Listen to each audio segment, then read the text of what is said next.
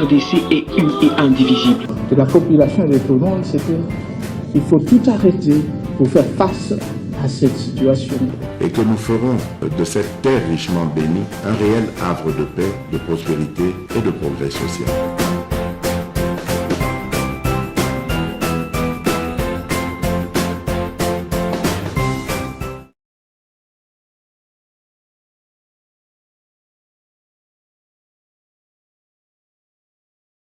C'est parti, premier numéro, il y a MKBs officiel. Merci, vous nous suivez partout à travers le monde. Vous allez et belé.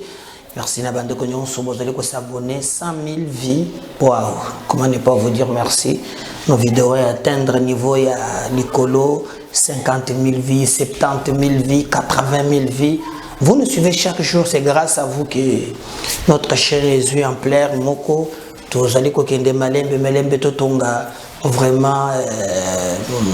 Histoire ensemble Nabino, merci Nabandeko Bazola Ndangai, meilleur vezo continuer quelqu'un, Bino Bozana Beni, Bo Bangailo côté, Bino Bozana Ruchuru, déjà Boyokike, Ba Rwandais, Nakamwa Mutoyo, Kumba Kagame sanguinaire, Bautiko Tika, les sous Simaya Kotika, Batiki Kibumba, donc Kibumba Lungwa qui maintenant.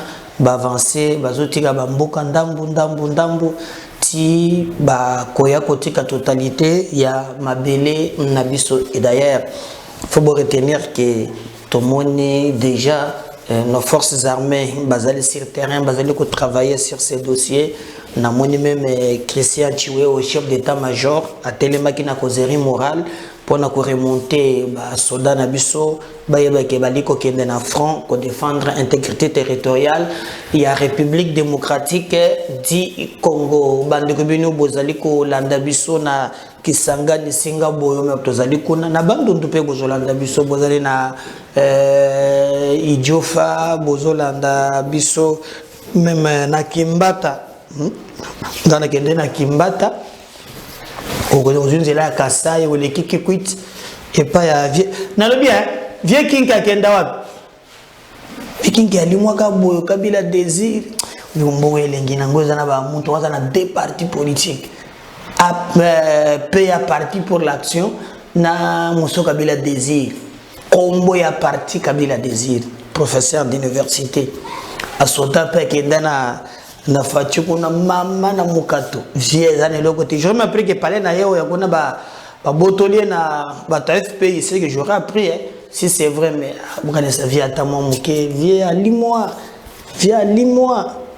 hein ah vieux nangaye vieux kinke Kabila totonde ona noté un professeur d'université fatinda mamolie mama na mukato Mwafande na ye, boza pe na Kikwit, na mwongo fula bozola Ndangai, bwe très bien ngana ko la candidat na Lukunga, na ko la candidat na niveau mibale, je serai candidat ici pour la commune de Kinshasa, bino bozola Ndangai na commune na Kin, na kozala wa candidat, na kozala pe candidat na Lukunga, mais Congo en avant, on va aligner beaucoup de candidats à tous les niveaux hein. Donc bah oh il non to nga ko na politique na ko postuler mais ko postuler absolument na Congo en avant to na yo oyo adhérer au foutu ba caution c'est les makambo so o c'est les formalités si ce qui calendrier changer té na mois de mars hein dépôt ya ba candidature to na mois de janvier to ko lier yango na mois de mars on va déposer nos candidatures hein. Donc il va nous choisir benga biso bo ça les forts bo formaliser pour tout gagner ensemble na bino parce que le Congo de demain c'est nous. To bete le solo et yindi li susulumbi solo.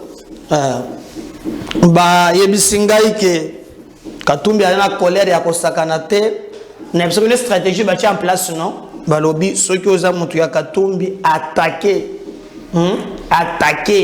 finga menacer ceux qui ba kangio ba si ba tirer réseau en place il y a ba ONG donc déjà ba lusha hein ba bandi ono front anti Tshisekedi azo mandat mususute ça c'est dit Katumbi hein asala kangwa wana ba 2018 bon ba France citoyen na ba profumba to ba kenda pene lo wana bimaka mona zolo ba c'est le front citoyen ba salaka Alors, mais aussi, parce que le contexte n'est pas le même. Lorsque vous quittez le contexte, vous tombez dans le prétexte. C'est pas le cas où tout ça n'a pas tellement que alors il y a des mouvements citoyens, tout ça. Bon, on est même quand Peter Chan a qui sorti, comment il a traité maintenant? Un délinquant. Ah. Alors, Menda qui a fondé une CESAC, on attend que CESAC a tranché les Camerounais, mais en tout cas, sa méthode. Oh, ce qui va Kangio, RFI à Koloba, TV5, Monde, France 24, ONG, tout ça. Problème est ça, il y a des gens qui ont mutu, batang bako chayo kuna, ndoko yeba ndenge salaka. Bako ko sakabino. Alors, débat remonté. Je crois que c'est une vidéo où il y a apéro. Oh, il va déformer en gros. Oh non, il n'a pas dit ça. Quand il a parlé, Kala, on va dire qu'il y a Sikateza, il y a Kala. Ayambaka Mouyambo dans cette émission où il a clairement dit que Katumbi, Kabila Biloko Moko, par rapport à minérer, pour comprendre, mais il a parlé de Katumbi à Lobi. Il est papa, ce qui est juif et italien, maman zambienne, moi si burundaise, Bosco, yo ni lié yo na Congo. Il y a beaucoup photo télé. Non, na mona mboka mokote na mwele ba kolomboka ba boy na mboka na bango. Hein? Même vous parlez yo nazala bien. Oh. Biso mokolomboka to boy. Hein? On ne konza biso nanko. Mouyabou va changer version pour la koloba oh non. Tant na bandaki koloba na Katumbi wana, je ne m'adressais pas à Katumbi, je m'adressais à Kabila parce que ma communion sur Katumbi a bandaki ko sala, Kabila monta bandaki ko tinda ye. Ah, Mouyambo. Ba révélation monsieur mi o Mouyambo. Bon, wana penga na ko confirmer teme. Bato ba ibisinga o Mouyambo ndenge azawana. Nzoka papa na zaka prêtre o prêtre wani asangu ayaki soki ko soki préfet soki ndenge nini nde mama moko pe ya solo aza congolaise wana ba confirmer nde prêtre Tchodile mère ta frappe directement mère azuzemi onde Jean-Claude Abotamaki. Ah bon? Ah bon? Mboko ibakambo tokoyeba za kusakana te. Donc, papa Mouyambo est prêtre. Est-ce que vous confirmez cette info? Bien, ça diabo pour au prêtre a frappé congolaise ou anandé na ça frappe Mouyambo abimele kon. Alors, dans ma version du kobima ebele. Nani akoloba vérité, nani akokosa, nani akosala boy. Mais le comble n'est que Mouyambo maintenant a wangani maloba o ya lobaka. Katumbi aza mama naza zambienne ya yebaka yebo ye muntu abande ko botola ba minéré il a fait tuer Kabasele le bike o quand il disait ces histoires là ce n'était pas Katumbi abande ko s'adresser mais il abande ko s'adresser na Kabila parce que c'est Kabila qui faisait tout et comme basiba mesana ba dit que congolais buba na ye niye sala o ko sala Congolais a le droit de réclamer le côté, le bagnon soana et koleka. Biloba ne sengele sila. Et sengele sila. Ba possible respecter le peuple. Ba yeba quand même que non. Vraiment, à un certain niveau, il faut travailler pour l'intérêt du Congo. À un certain niveau, il faut que ça la pour tembo canabiso et tombouama. Donc, biso, tous allez croire en réalité que makambo allez kotambola ndenge et longobani. Mais quand je regarde vraiment maloba, il y a des politiciens nabiso et ça passe et ça mawa. Alors, je vais d'abord dans l'émission le lot pour quelques extraits na bango.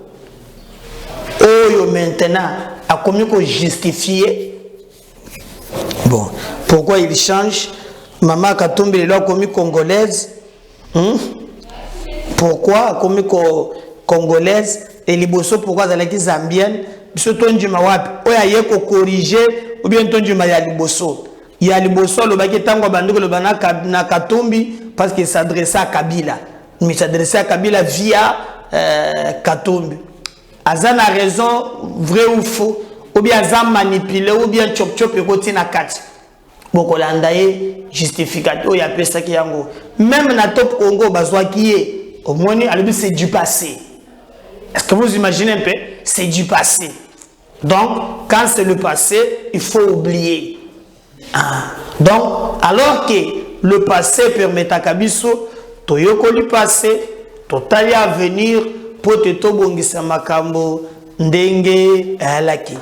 Mais mon tomo quoi que ça, moningate, on va faire par tous les moyens, tout travailler pour l'intérêt général et pour l'intérêt du Congo. Parce que, Bisso, tous les partisans, nous travaillons pour que la vérité ait éclaté. Donc, maloba mouyambo alobaki, awangani yango, comme si on a maloba moussous. Donc, dans l'émission wana, na kuchile bino extrait, oh maintenant, azo justifié. Pour miyambo lelo, mama ya Katumbi, ya sous zambienne était, a commis des congolaises. Alors, je vais lui poser aussi la question. Maintenant, mon toit a botalé qui peut cabasser les mines. Ndo yebaki ke babomisa ke kabasser. Yé kaka obia monto moussous. C'est lui quand il n'avait pas l'argent. Tant que les voyageurs n'ont business class. Yé kaka obia monto moussous. Donc il y a tout un tas de choses.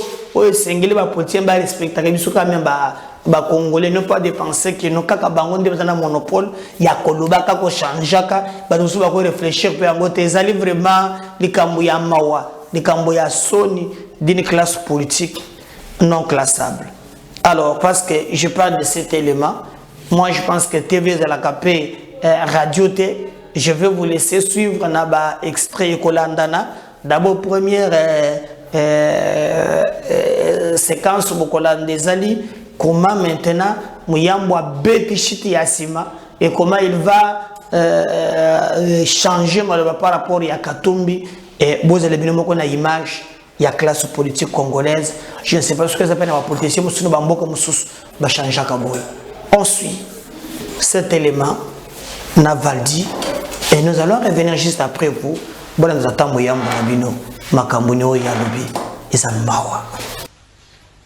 j'étais au courant. C'est Kabila qui utilisait Katumbi. Mais, étant donné que j'étais dans le gouvernement, je ne pouvais pas m'attaquer à Kabila. C'est comme ça que j'ai commencé à m'attaquer à Katumbi. Mais tout ce que Katumbi a fait, où on dit qu'il était en train de faire, mais c'était Kabila, c'était lui. Je vais vous donner un exemple banal, et vous allez bien comprendre. Comment vous voulez comprendre qu'un président de la République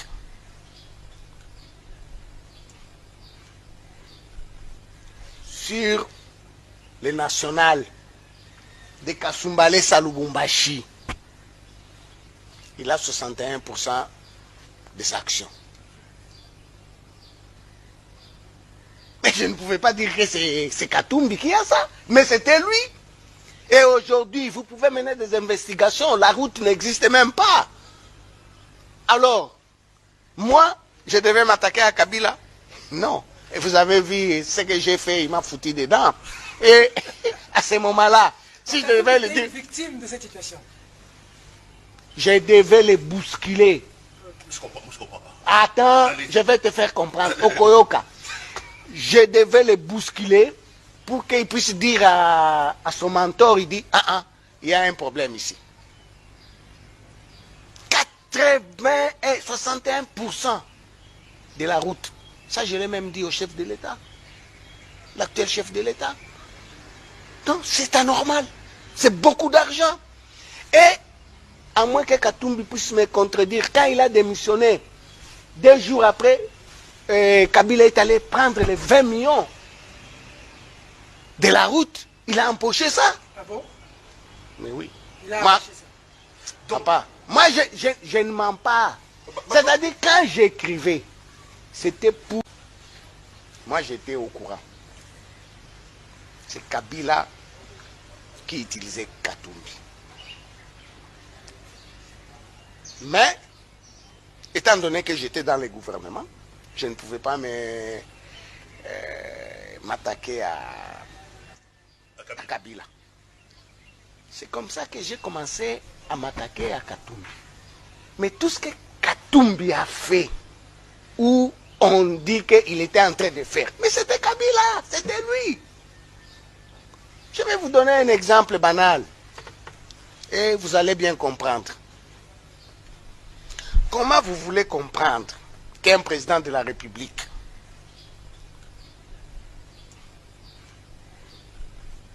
sur le national de Kasumbalé Salubumbashi, il a 61% des actions. Mais je ne pouvais pas dire que c'est Katumbi qui a ça, mais c'était lui. Et aujourd'hui, vous pouvez mener des investigations, la route n'existe même pas. Alors, moi, je devais m'attaquer à Kabila? Non. Et vous avez vu ce que j'ai fait, il m'a foutu dedans. Et à ce moment-là, si je devais le dire... victime de cette situation. Je devais le bousculer. Je comprends pas. Attends, allez. Je vais te faire comprendre. Okoyoka. Je devais le bousculer pour qu'il puisse dire à son mentor, il dit, il y a un problème ici. 61% de la route. Ça, je l'ai même dit au chef de l'État. L'actuel chef de l'État. Donc, c'est anormal. C'est beaucoup d'argent. Et, à moins que Katumbi puisse me contredire, quand il a démissionné, 2 jours après, Kabila est allé prendre les 20 millions de la route. Il a empoché ça. Ah bon? Mais oui. Il a Moi, arraché ça. papa, moi je ne mens pas. C'est-à-dire quand j'écrivais, c'était pour... Je crois que wana bolandi Jean-Claude Muyambo. Bon, est-ce que makambo bazolo ba sérieux, est vrai? Donc, ils mort. Mais balobi ndenge azali ko soutenir Katumbi, c'est que ça bango na bango. Eza bango na bango, tout ça. Père na choji la que c'est maman moko ba soki ko teka mikate na kuvawana soki ndenge nini frappe. Oh, ne moko ce film me fatigue. Toujours des chapitres sobolali bola mugi dossier sec. Bola ndeko makambo to basi Muyambo, est-ce que c'est vrai? Hein, est-ce que c'est vrai? Bon, je vais poser la vraie version sur Tindelinga. Hein, mais balobio sangwa frappa guimer ndele kambango ebimaki. On se regarde juste après si c'est vrai avec la complicité de Valdi na machine. On revient juste après. Acte de naissance. Est-ce que Muyambo acte de naissance puisque Sangwa zo bang ezalaka soni. C'est ça bano bakola ke pa kokote. Bano bakola ke pa koko. Mola ka bati tila bano bakola ke pa koko. Acte de naissance de Muyambo. Abeka koko papa. Bana wana babeka koko papa. Alors, otiko benga koko papa. On benga papa kaka. Puisque par difficulté à papa. Et même quand il est allé à l'Inilou, où il a fini en 91, dans la faculté de droit, exactement. Ah oui. Et c'est payé par ce prêtre hollandais qui le soutenait et qui envoyait de temps en temps. J'ai discuté longuement avec ses amis de chambre, comment est-ce qu'ils allaient dans le collège, au lycée Jean 23, rencontrer régulièrement son père, le prêtre, et celui-ci lui donnait un petit peu de survie. Donc il faut regarder seulement son nez et sa couleur. Vous avez avec vous et sa tête. Le petit-fils d'un Hollandais qui veut diriger ici. La forme de sa tête fait déjà tout d'un petit-fils d'un Hollandais. Donc sa tête là semble ne pas être congolaise. Elle n'est pas congolaise. Sa tête là c'est le Hollandais. Exactement. C'est pourquoi. Rectangle, rectangle vertical. Non, non, Mutuna Yesukoyo était du genre d'un mélange. D'un mélange d'une mère katangaise, congolaise, et d'un père hollandais de ce fait. Et ce qui est grave, Azama a malédiction. Pour la nime. Puisque Sango a prêté serment, il a chasteté, a kobotate, a bondi, nous autres, on n'est pas comme ça, beaucoup de parce que Sango a triché. Donc, à moi, on a triché. Moi, la malédiction. Yes, c'est un enfant de la malédiction. C'est de même que Bana Oyo va botama na union ya Bangelou na basi ya se. Bana bazali ba angwarima spirituel. Ba botaka bana moko ya minene milai. Ba macrosophale. Ba descendant ya Goliath. Ah ouais. Na ba descendant ya donc il y a toute une race. Si, il y a Anakim. Si aujourd'hui par malheur ou bonheur, on a accepté que Mouyambo dirige le Congo, nous aurons un président maudit.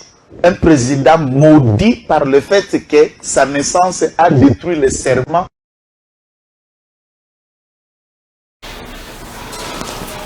Ah, ce pays me fatigue.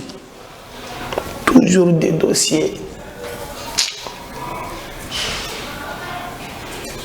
Tambo Mwamba a tranché les gamboy. Pour moi, vérité, c'est ata boboy. Oh, mais Tambo Mwamba lobby. Bon matali kolobo kitanase. Il explique que Katumbi avait un dossier de la justice au bazala qui na chomaka stupis. On m'a piqué une piqûre ici et à Kendaka na Lubumbashi. Quand on français on a tout ça. Et il fallait maintenant comme un candidat présent en 2018. Alors, le problème n'est pas oh makambo stupidité. Le problème est que Ntambo Mwamba à l'époque as ministre de la justice accueilli ko fouiller ko fouiner ko trouver qu'il y avait des dossiers ou bien des documents oyo et banda qui ko permettre te que les Congolais va trouver solution. Pour nani makambo ya Katumbi na ba service balakisi que Katumbi a violé la constitution na disposition nini Pepe Tambo Mwamba lobi ndenge aliwana constitution na biso ali clair na mayematali nationalité balobi ya biso nationalité ebo ya keza la mapasa okoki kozwa yango te na concurrence na nationalité mususu te soki oza grec oza italien d'office ya biso ekimi otikali be na oyo ozwi wana alors so ntambo balobi à l'époque baza na badocument ebele oyo bango baréunir elekisaki ke Katumbi ye na Congo bali na lien te bon sikoyo baoyo babimisaka ye gouverneur bo babimisaka ye député national mpo na bacope mpo kobosana te ke ngoyi mulu nde explique ke Katumbi akomaka gouverneur mpo babetaka cope na Kabila komi ayebi koteka baminere nde mission Kabila atielaki ye wana même quand Kabila traité kaza jida. Et c'est par rapport à l'art, à mêler même na balar. Donc, Azam on tourne le bataille, ndengeni, il y a comme un gouverneur, et il y a comme un lino, mazala kiwana parce que Kabila souhaite pas qu'il tabakop. C'est ainsi que Ngomou dans le Banabi, soit que par exemple, le minerai, il va nous exploiter pendant 40 ans, Bangona, Kabila, Babeti match, Babouki, Yango dans 2 ans. Le rôle est mibi. A repérer le boulot ya minéré na 8 heures na 1 million lobby Kabila Katumbi ateki yango 1 milliard. Donc pour nous ko kende na élection pour battre les biloko nanga oza la congolais problème c'est la quitter. Alors maintenant sur base pour il faut répondre à Mutuna quand tu sais que ndeni c'est la personne qui est passeport non Jean-Claude Van Damme a eu passeport asa congolais Aza Congolais. Puis biso banda bimi wono ngamutu na tangisa papa baos batanga ba saba congolais te asona saba congolais te oh tangisa na séminaire qu'est-ce qu'il y a à voir avec le séminaire na congolais hein qu'est-ce qu'il y a à voir ce qu'on tambo mwamba pépé l'homme de bijoux ngoya abimi à l'époque la kisi mikanda nyonso abi les documents bango bali nango et la kisi noir sur blanc que tato ya nina ina likambo ya Congo te na makila ende bo mona kina tango longwa kia wakenda kina na bandeko wana ya ba grec comme ça juif grec bino ndo expliquer nga juif grec quand tu me mena kota juif aujourd'hui juif ya solo te au grec au italien ndetango komi kuna ba vérité bimi ono ba congolais kuna bazolinga ngate ponga na sande kona bino mais oyebi ko sande kona biso otingami na biso na nkobo likambo nini sila kate ata film à Jésus et sila OK kuna sur mon gouverneur aux oignons sociaux ekokite c'est notre pays après tout c'est notre pays après tout okotingami na mboka na biso boy to pe mo boyete za likambo nini bande kona ngai ça passe mais ça a évolué et tu es comme on a qui bateau moi mingi au bandaki ko va changer même ba vie na bango et sur terrain vraiment tambo moi ba ko trancher alors ce qui bino bozo boy au lieu ko menacer ko sala boy biso na Congo en avant parti politique na biso nous allons saisir la cour constitutionnelle. Il y a une habilité et telle makambo et telle constitutionnalité des lois. Comment on va saisir? Donc on a bien veste à cravate. C'est on va vers la cour. Et vos apaisements. Tokobunde lambo on trahit pas la République. Même Nzamba ko beta ke biso fingu na lo la ko boza ba bololé et boni botika mboka na bino ba paya ba kote la bino. Na Deutéronome ba le 17 hein. Okopona mokonzi kati ya bandeko na yo, tu ne prendras jamais un étranger à comme dirigeant na bino. Donc si cet homme nous dirige, même nous avons peut-être biso fimu, to ba bololé. To konji mangote, jamais.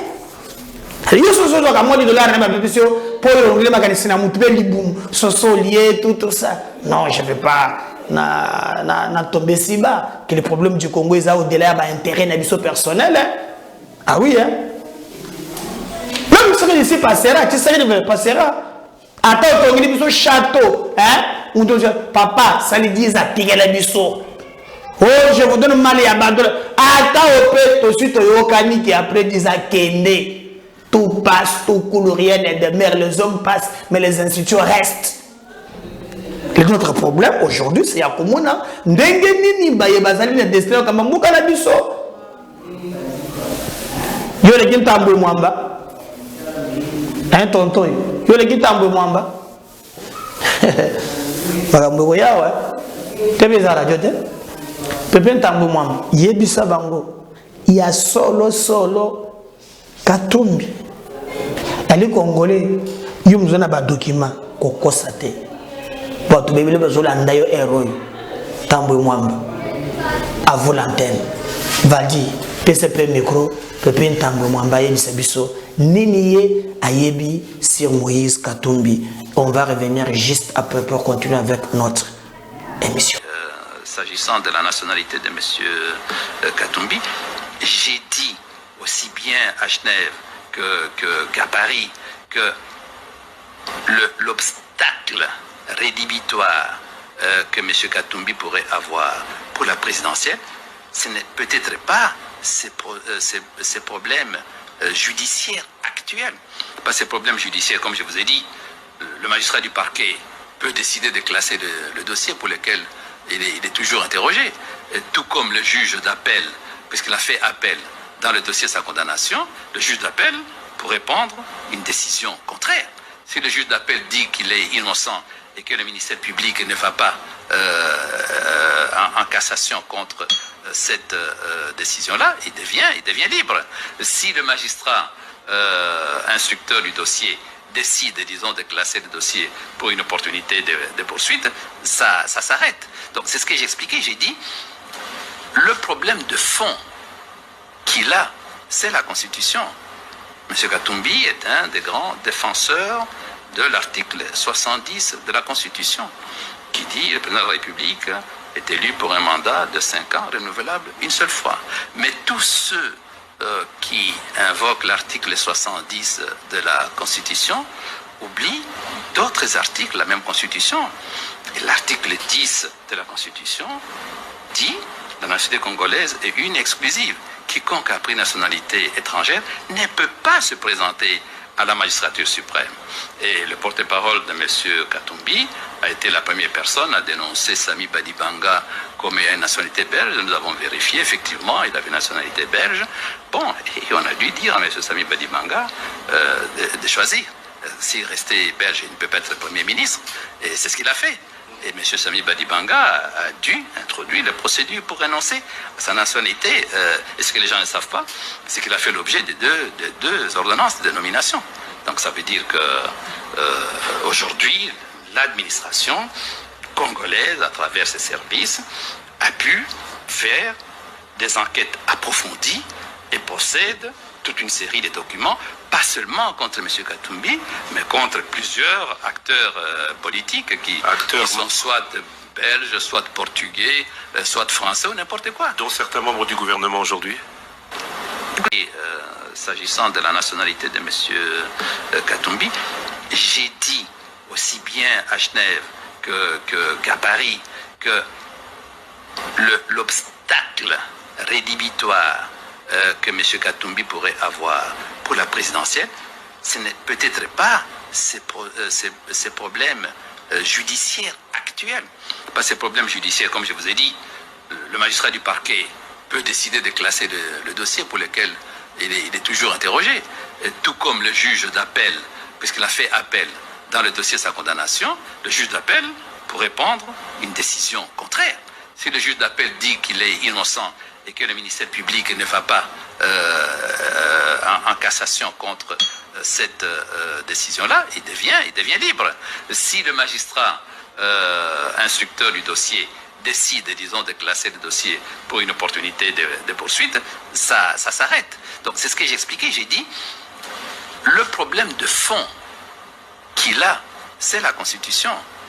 M. Katumbi est un des grands défenseurs de l'article 70 de la Constitution, qui dit que le président de la République est élu pour un mandat de 5 ans, renouvelable une seule fois. Mais tous ceux qui invoquent l'article 70 de la Constitution oublient d'autres articles de la même Constitution. Et l'article 10 de la Constitution dit « La nationalité congolaise est une exclusive. Quiconque a pris nationalité étrangère ne peut pas se présenter à la magistrature suprême. » Et le porte-parole de M. Katumbi a été la première personne à dénoncer Sami Badibanga comme ayant une nationalité belge. Nous avons vérifié, effectivement, il avait une nationalité belge. Bon, et on a dû dire à M. Sami Badibanga de choisir. S'il restait belge, il ne peut pas être Premier ministre. Et c'est ce qu'il a fait. Et M. Sami Badibanga a dû introduire la procédure pour renoncer à sa nationalité. Et ce que les gens ne savent pas, c'est qu'il a fait l'objet de deux ordonnances de nomination. Donc ça veut dire qu'aujourd'hui, l'administration congolaise, à travers ses services, a pu faire des enquêtes approfondies et possède toute une série de documents, pas seulement contre M. Katumbi, mais contre plusieurs acteurs politiques qui sont soit belges, soit portugais, soit français ou n'importe quoi. Dont certains membres du gouvernement aujourd'hui. Je crois que wana bolandi vraiment na bokebi nini eleki boloba susu nini wana ntambu mwambaye mokubatu ya FCC. Mais moninga kibero Katumbi candidat président de la République. Avre kino ya Katumbi pe. Chabwe Betalingala. On y va juste après on suit. Momoni 1 ou 2 ou 3 opposants balobi a bisoto kende oyo opposant azo sala il fait le travail avec le pouvoir et motowana il faut beau corriger ye parce que ce n'est pas comme ça que nous allons libérer notre pays. Ce qui est Zangai, Bobenganga Jida, Oyo Mokomona ko traverser kuna parce qu'Alingi Alia, mais Okolia comme Momoni 1 ou 2 ou 3 opposants balobi bisoto kende Oyo opposant Azo Sala. Il fait le travail avec le pouvoir et Motowana il faut corriger parce que ce n'est pas comme ça que nous allons libérer notre pays. Ce qui est Zangai, Bobenganga Jida, Oyo Mokomona ko traverser kuna parce qu'Alingi Alia, mais Okolia comme Le président d'ailleurs. Abonnez-vous à tout à l'heure. Bye.